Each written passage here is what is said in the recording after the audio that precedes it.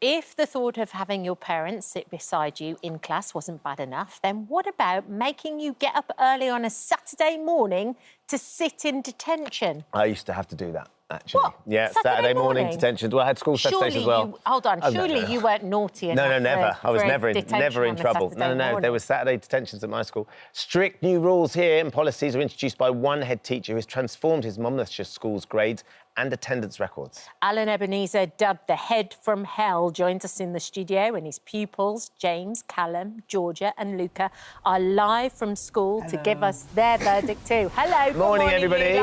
We're going to chat to Mr. Ebenezer first. Yeah, so, what was the school like before you took charge and took hold of the reins? Well, I was asked to come to the school in June 2024, and staff were on strike. Right. Students' behaviour apparently was very bad. Yeah. And I think the culture, the ethos, the leadership, the management, none of it was great. And so I was asked to come in last June. This has been my job for the last 3 years, but I have to say, when I went to Caldicot, it wasn't as described. It's a really good school. It just needed to be taken hold of. And when you say taken hold of, what sort of things are you talking about? I just think, so when I got there in June, I didn't introduce anything new. All I did was make sure that what they said they would do, and they were doing. So the leadership team are the best I've worked with. They just needed that kind of somebody to take the noise away, someone to kind of support them. And so all I did was make sure that all the policies in terms of uniform and appearance, behaviour, what they said they would do, and they were doing. And that got a lot of kickback initially. So, explain what you mean by saying that you're going to be strict with the policies. So, for uniform, for example, what did you insist upon? So, what they said on their website and what their policy said in terms of the length of skirts, ties to the top, shoes, trousers, jewellery, just you enforce those things. So there's no point having things in place unless it's enforced. So when I came in, I said, listen, what you said you should be doing, and actually what everyone actually wants, we're going to do. So what lots of teachers seem to complain about is there is no way of enforcing these rules. So how have you done it, and how have you made the difference? I think you just have to hold the line. You have to be brave. But you're talking detentions on a Saturday? Yep. You're talking parents coming into classes and sitting next to people? That's quite an interesting... How has that gone down? Well, I mean, whenever I do talks, parents, they pat me on the back, say, Mr Ebenezer, we love this. High standards, firm discipline, that's what we want. Until it's their child. Yeah. And when it's their child, people say, oh, you can't do it to my child. So that's when you have to hold the line. And I would say, I'm in Wales now, I think the system in Wales is broken. So I think at a systemic level, we have to change it. It's working in Caldicot, but I want to roll that out across the country. And so what you're saying then is, listen, there's no point having these rules in place unless you can enforce them. And people say to me, but children don't like detentions. It's embarrassing, Mum and Dad sits next to me in lesson. Of course it is. When they start liking detentions, when it's not embarrassing, that's when we stop doing it. Yeah. You think that we are, as a society, we've become too overindulgent with our kids as well? Absolutely. Explain what you mean there. Well, I mean, we've got 4 young people here. They're brilliant. It's not their fault. We've created this culture, but we've said, make yourself happy. Please yourself. Be what you want to be. Don't let anyone tell you what to do. And it sounds great, but we've made them really miserable. All the research says they're really unhappy. There's a mental health crisis because me is my biggest problem. It's when I stop thinking about me and think about others and do my duty and resilient. Being a teenager is hard. Not every teenager's got mental health problems. It's just a teenager is hard work. We have to help them navigate that. So there are people who've got genuine problems. Let's get the right help to those people. But the rest of us, let's get on with it. And it has really improved the situation at school. What has been the difference? I think no means no. Yeah. I think when I got there, no didn't mean no. No eventually turned into yes. So there were well-being rooms. When I got there, there might have been 100 children just wandering the corridors, taking themselves off the well-being rooms. They didn't have problems. They just didn't want to go to double physics.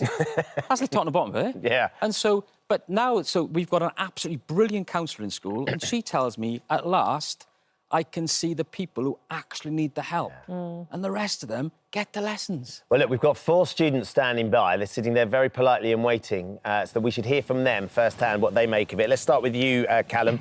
So since Mr Ebenezer has taken over, what sort of changes have you noticed in the school? I think about the uniform and how the conduct cards have brought the reward cards, and I just think he's just amazing. I think he's amazing. Are you enjoying school more now that Mr Ebenezer's in charge? Yes, I'm actually enjoying school really well. Thank you.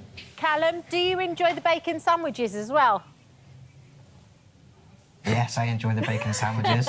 Because don't you employ those as a treat sometimes too? Well, so it's all about glory, right? Yeah. So it's all about house points and glory, but best attendance, they get bacon sandwiches or a vegetarian or vegan option. Okay. Amazing. OK. Let's talk to James. Yep. Now then, James, what do your mates make of Mr Ebenezer?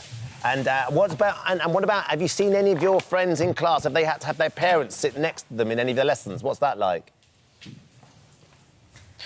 I haven't had anyone in my class had their parents sit next to them, but I'm sure other students have had their parents sit next to them in class in my year. I don't think they like it very much. No, and what about your experience of Mr Ebenezer being the headmaster from hell? What's he like? I think that nickname that he's got is really wrong. I don't think he deserves it, because he's just enforcing the rules and he wants the best for the students instead of the worst, and I think people don't understand that, and he's doing a really good job. Yeah. Georgia, I'm going to come to you now. So how is good behaviour rewarded? So based on obviously what you do, good homework, good attendance, Welsh language and culture, etc. You can, in our planners, we had them last year, but last year we only had the bad conduct page.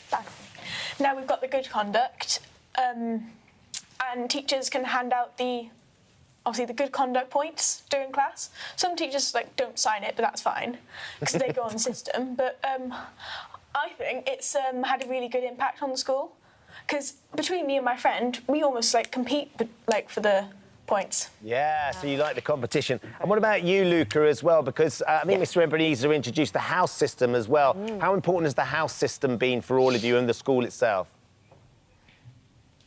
Yeah, I'd say the house system is quite important. It sort of separates different blocks into competitions. So students are almost competing to get the better points to it boosts their own attendance, behaviour and skills within the school. And it also means that there's a sort of competitive side to it, so it makes you want to do it more. So I'd say the house system coming out is good, bonus. And it does work very well. One last question to all of you. Is there anything Mr Ebenezer's changed that you don't like, that you would like to go back to, or are you quite happy? I am quite happy about him. Is anyone brave enough? I don't exactly know what it was like before. I don't know what school was like before Mr Ebenezer, but I think everything's been fine so far. Yeah. Excellent. Good. You've got a glowing report there, Mr Ebenezer. That's well done. amazing. Thank you all for joining us as well and bunking off lessons for a little bit to come on. You've been brilliant. Really enjoyed hearing from you all. Thank you, guys. And tell us about the improvement academically. What's happened to the school, yeah?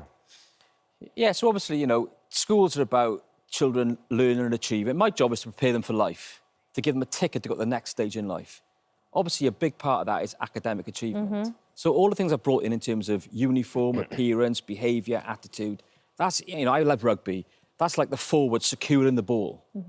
The backs after... So the teaching's improved. And that's had results in the summer, on average, every child's done 2.5 grades better than they did last year. Amazing. Brilliant. Attendance has gone up by about 5%. So these things, you put them in place, the building blocks, and if you like, we ended the war, now we've rebuilt the city. Yeah.